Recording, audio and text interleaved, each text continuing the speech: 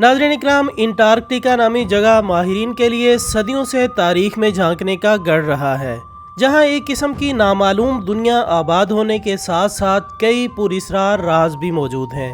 यही वजह है कि ये जगह साइंसदानों के लिए हमेशा से तवज्जो का मरकज़ बनी रही है, और इसी बेपनाह दिलचस्पी ने साइंसदानों की तवज्जो उस वक्त ज़्यादा अपनी तरफ मबजूल की जब इन्हें अंटार्कटिका में हिटलर जैसे तारीखी जालिम शख्स से मुतल्लिक कुछ ऐसी चीज़ें देखने को मिली जो किसी भी इंसान को हैरान कर देने के लिए काफ़ी थीं। दोस्तों, कहा जाता है कि सन 1948 की जंग में हिटलर को कुछ ऐसे नक्शे मिले जिन पर चंद पुरअसरार मुकामात पर पहुंचने का सुराग मौजूद था। यानी वाज़े तौर पर हिटलर इस नक्शे के ज़रिए किसी ऐसी जगह पहुंचने का अहल था जहां कोई और ही दुनिया आबाद थी या कोई और मखलूक बसती थी। लिहाजा तमाम किस्म के वसाइल का इस्तेमाल करते हुए हिटलर ने इस जगह को तलाश करने की कोशिश की। अब हिटलर को वो जगह मिली या नहीं, अलबत्ता माहिरीन के मुताबिक इन्हें अंटार्कटिका में कुछ ऐसे निशानात ज़रूर मिले हैं जो इस बात का पता देते हैं कि वहाँ हिटलर का एक ऐसा खुफिया मुकाम मौजूद था जहाँ वो या तो किसी अहम और ख़तरनाक मकासद पर काम करता था जो कि अगर पूरे हो जाते तो शायद दुनिया से इंसानियत नाम की चीज़ ही ख़त्म हो जाती, या फिर ये भी कयास किया जाता है कि हिटलर इस जगह से खलाई मखलूक से राब्ते में था। यानी वाज़े तौर पर अंटार्कटिका में ऐसे मुकामात और एक दूसरी मखलूक के ज़ुहूर के सैकड़ों वाक़यात सामने आ चुके हैं। नाज़रीन मोहतरम, यहाँ सवाल ये पैदा होता है कि हिटलर तक ये नक्शे आखिर पहुँचे कैसे। तो दोस्तों, रिसर्च के मुताबिक इसकी तारीख कुछ इस तरह है कि जॉन क्लीज नामी एक अमरीकी आर्मी अफसर ने सन 1818 में एक थ्योरी पेश की जिसके मुताबिक इसने कहा कि ज़मीन जितनी ऊपर से आबाद और हरी भरी है, इसी तरह अंदर से भी आबादी वाले इलाके रखती है।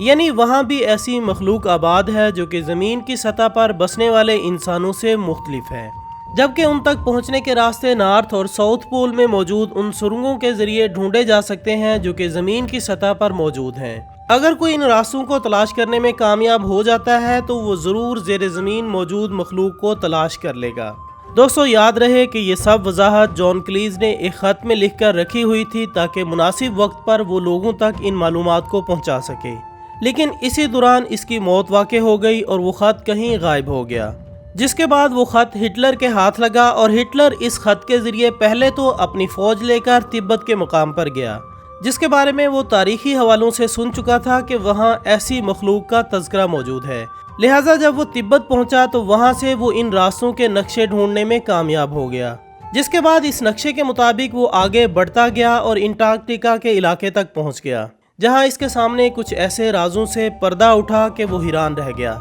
लेकिन ये बात अभी राज ही थी कि हिटलर की पुरअसरार मौत ने पूरी दुनिया में हलचल मचा दी। बाज़ के नज़दीक कहा जाता है कि हिटलर ने वहीं मौजूद ज़ेर ज़मीन बंकर में या तो खुदकुशी कर ली थी या फिर इसी मखलूक की जानिब से इसे पुरअसरार तौर पर मार दिया गया। बहरहाल असल हकीकत अल्लाह ही बेहतर जानता है, ताहम हिटलर की मौत के बाद वो तमाम दस्तावेज़ात अमरीका के हाथों में चली गईं और अमरीका आज तक इन्हीं रास्तों की तलाश में है, लेकिन मौजूदा दौर के माहिरीन इन तक पहुँचने में अभी तक नाकाम हैं। अलबत्ता 26 जनवरी सन 1967 को भेजे गए इज़ाथरी और इलसाथरी सैटेलाइट्स की मदद से नज़र आने वाली चंद तस्वीर ने साइंसदानों को इस बात पर यकीन पुख्ता करवाया कि वाकई कोई और मखलूक इस दुनिया पर अपना वजूद रखती है। इसी तरह ज़मीन के एक हिस्से से साइंसदानों को रेडियाई सिग्नल्स भी मौसूल हुए जो कि इनके मुताबिक ज़ेर ज़मीन आबाद किसी मखलूक की तरफ से आए थे। लिहाजा दोस्तों, हिटलर के नक्शे के साथ साथ इन सिग्नल्स ने भी साइंसदानों की तवज्जो खला से मखलूक ढूंढने के साथ साथ ज़ेर ज़मीन मौजूद मखलूक का भी पता बता दिया, जिस पर यकीन उस वक्त मज़ीद पुख्ता हो गया जब फरवरी 1947 को अमरीकी नेवी के एक फ़र्द के साथ एक वाक़या पेश आया। ख़वातीन हज़रात, इस वाक़े के हवाले से मशहूर है कि अमरीकी नेवी का एक फ़र्द एक निजी जहाज़ में दुनिया के नॉर्थ पोल पर जाने के लिए रवाना हुआ तो रास्ते में अंटार्कटिका से ऊपर से गुजरते वक्त इसने कुछ ऐसे अजीबो-गरीब वाक़यात का मुशाहिदा किया जिसके बारे में इसका कहना था कि मैंने जिन चीज़ों का उस वक्त मुशाहिदा किया, अगर वो तमाम चीज़ें बयान कर दूं तो कोई भी मेरी बातों पर यकीन नहीं करेगा। लेकिन ये सब बताना इसलिए भी ज़रूरी है कि मुस्तकबिल में इंसान खुद इन चीज़ों तक पहुँचना चाहेगा। लिहाजा इसने ये तमाम बातें एक कागज़ पर लिख दी जिसमें वाज़े तौर पर इसने अंटार्कटिका में रोशनियों के उस शहर का जिक्र किया जहाँ मुख्तलिफ़ किस्म के लोग आबाद थे। اس نے لکھا کہ مارے تجسس کے میں نے اپنا جہاز اس جگہ کا جائزہ لینے کے لیے نیچے اتارا تو دیکھا کہ وہاں میرا جہاز اترتا دیکھ کر 2 آدمی میری طرف بڑھ رہے ہیں اور پراسرار طور پر نہ صرف وہ میرا نام جانتے تھے بلکہ انہیں میرے بارے میں سب کچھ معلوم تھا۔ وہ مجھے پکڑ کر ایک جگہ لے گئے جہاں ایک کرخت لہجے والی آواز نے مجھے مزید خوفزدہ کر دیا۔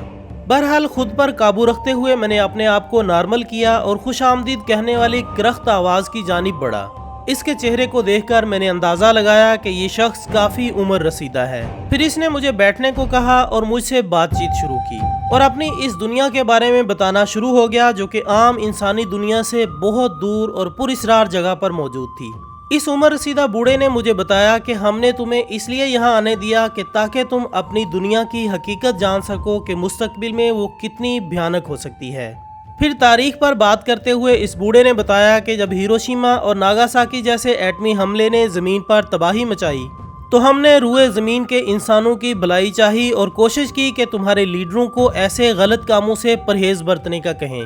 زمین کے کئی دشمنوں کے بارے میں بڑے بڑے رہنماؤں کو خبردار کرنے کی کوشش کی لیکن ہمیشہ ہمیں نظر انداز کیا گیا، جس کا نتیجہ یہ نکلا کہ اب وہ زمین کے تمام دشمن دنیا پر حاوی ہو چکے ہیں جو کہ اس دنیا کو تباہی کی جانب تیزی سے لے جا رہے ہیں، اور جو تم لوگوں کے ہاتھوں سے تمام طاقت چھین کر تم سب کو ایک آنکھ کے حوالے کرنا چاہتے ہیں۔ اس واقعے کے فوراً بعد ہم نے 1945 کو سب لوگوں کے ساتھ ایک دوستانہ آغاز کرنا چاہا لیکن ہم ناکام ہوئے کیونکہ زمین کے باسیوں نے ہمارے جہازوں کو مار گرایا، جس کے جواب میں ہم نے بھی تم لوگوں کو شدید نقصان پہنچایا۔ اب تمہاری دنیا ایک شدید شیطانی طاقت کی لپیٹ میں ہے جو کہ تم لوگوں کو تباہ کر دے گی، اور یہ تمام حالات تم لوگوں کو آخری بڑی جنگ کی طرف لے جا رہے ہیں۔ لیکن ہمیں معلوم ہے کہ اب بھی وقت ہے، اپنے لوگوں کو روکو ورنہ بہت دیر ہو جائے گی۔ جان کلیز لکھتے ہیں کہ ان سب باتوں کے بعد انہوں نے مجھے میرے جہاز تک پہنچایا اور مجھے الوداع کہا۔ اس کے بعد اس آرمی افسر کے مطابق 1 مارچ سن 1947 کو جب وہ وطن واپس پہنچا تو یہ تمام باتیں اعلیٰ حکام تک پہنچائیں، جس کے بعد ہٹلر کی ان خفیہ دستاویزات کو حاصل کرنے کے لیے دن رات ایک کیا جانے لگا، جس کے ذریعے وہ دوبارہ اس دنیا تک پہنچ سکتے تھے، اور بہت جلد وہ ان دستاویزات کو ڈھونڈنے میں تو کامیاب ہو گئے، البتہ ان مقامات تک پہنچنے سے ابھی تک قاصر ہیں جن کے ذریعے وہ ان مخلوق تک رسائی حاصل کر سکیں۔ دوستو، اس پراسرار مخلوق کے بارے میں حقیقت کیا ہے یہ تو بہتر اللہ تعالیٰ ہی جانتا ہے، لیکن ایک چیز ہم سب جانتے ہیں کہ قرب قیامت یاجوج ماجوج نامی ایک ایسی مخلوق کا خروج ہوگا۔ اس کے علاوہ دابت الارض نامی جانور کا نکلنا بھی قیامت کی نشانیوں میں سے ایک ہے۔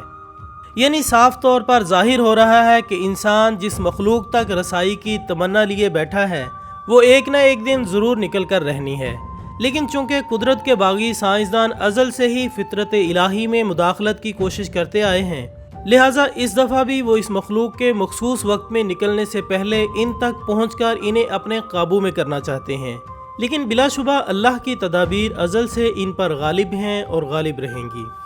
تو دوستو، یہ تھی ہماری آج کی معلوماتی ویڈیو۔ ہم امید کرتے ہیں کہ آپ کو یہ ویڈیو ضرور پسند آئی ہوگی۔ ویڈیو سے متعلق اپنی قیمتی رائے کومنٹس کی صورت میں ہم تک ضرور پہنچایا کریں۔ ہماری اگلی ویڈیو آنے تک اپنا دوستوں، رشتہ داروں اور گرد و نواح کے تمام لوگوں کا بہت خیال رکھیے گا۔ اللہ حافظ۔